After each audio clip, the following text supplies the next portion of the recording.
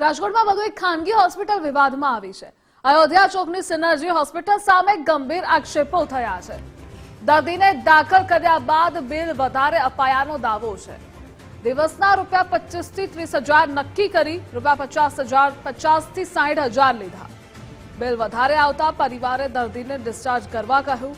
પરિવારના કહેવા છતાં હોસ્પિટલે દર્દીને ડિસ્ચાર્જ ન કર્યાનો આરોપ છે। દર્દીના પરિવારજનોએ સોશિયલ મીડિયામાં વિડીયો વાયરલ કર્યો છે।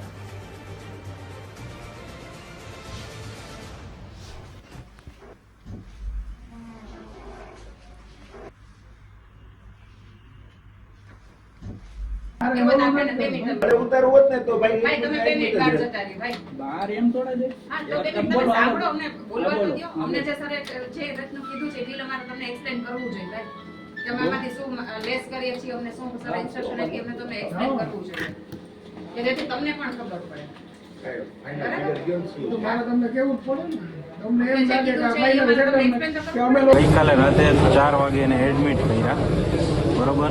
એટ ધેટ ટાઈમે સમજાવ્યા કે અને આ પ્રોબ્લેમ છે, આ બિલિંગ કરવું પડશે, એના માટે મેક્સિમમ 35,000 ને મિનિમમ 25,000 બધું ઇન્ક્લુડ થતા બધું ચાર્જનું એને કીધું હતું પર ડે।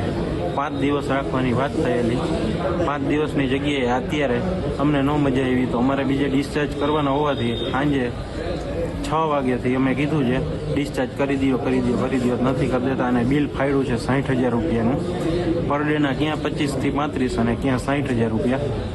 આના માટે હવે શું કરવાનું? અને અમે એને ઘણીવાર કીધું કે અમને ડિસ્ચાર્જ કરો પણ નથી કરતા અને એના સિક્યુરિટીને મોકલીને દબાણ કરે છે। અમે જે થાય એ લીગલી દેવા તૈયાર છીએ પણ આ રીતે ખોટું દબાણ કરે છે એ અમને પસંદ નથી। હવે આનો શું રસ્તો? સંવાદદાતા ગૌતમ પણ આપણી સાથે જોડાશે, પરંતુ આ સિનર્જી હોસ્પિટલ વિવાદમાં આવી છે। પરિવારના કહેવા છતાં દર્દીને ડિસ્ચાર્જ ન કરવામાં આવ્યું। જો કે પરિવારજનો દ્વારા વિડીયો બનાવવામાં આવ્યો અને આ વિડીયો સોશિયલ મીડિયામાં વાયરલ થયો છે। આ ખાનગી હોસ્પિટલ વિવાદમાં આવી છે। આજ મુદ્દે સંવાદદાતા ગૌતમ જોડાયેલા છે। ગૌતમ, સિનર્જી હોસ્પિટલ સામે આરોપો શું છે, શા માટે તે વિવાદમાં?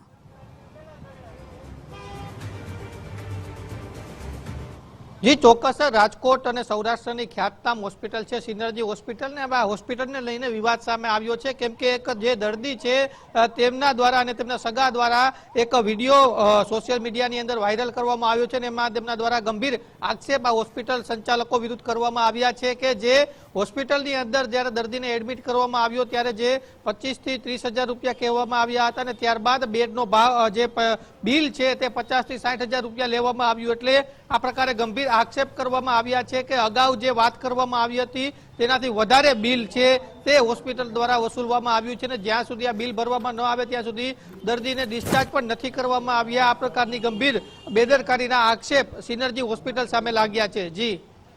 જી ગૌતમ, જોડાવા બદલ આભાર આપનો।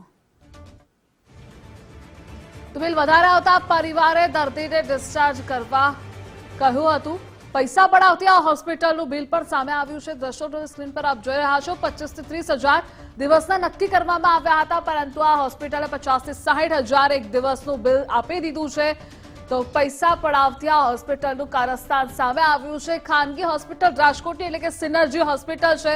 અયોધ્યા ચોકમાં સિનર્જી હોસ્પિટલ આવી છે, જેના પર આ ગંભીર આક્ષેપો લાગ્યા છે।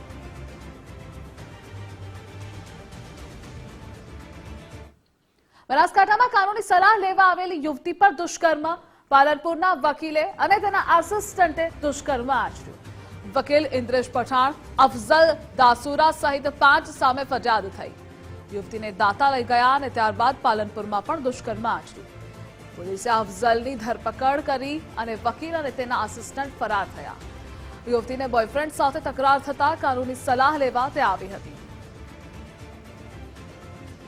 સંવાદદાતા કમલેશ જોડાયેલા છે। કમલેશ, વિગતો જણાવશો આ દુષ્કર્મ કેસને લઈ?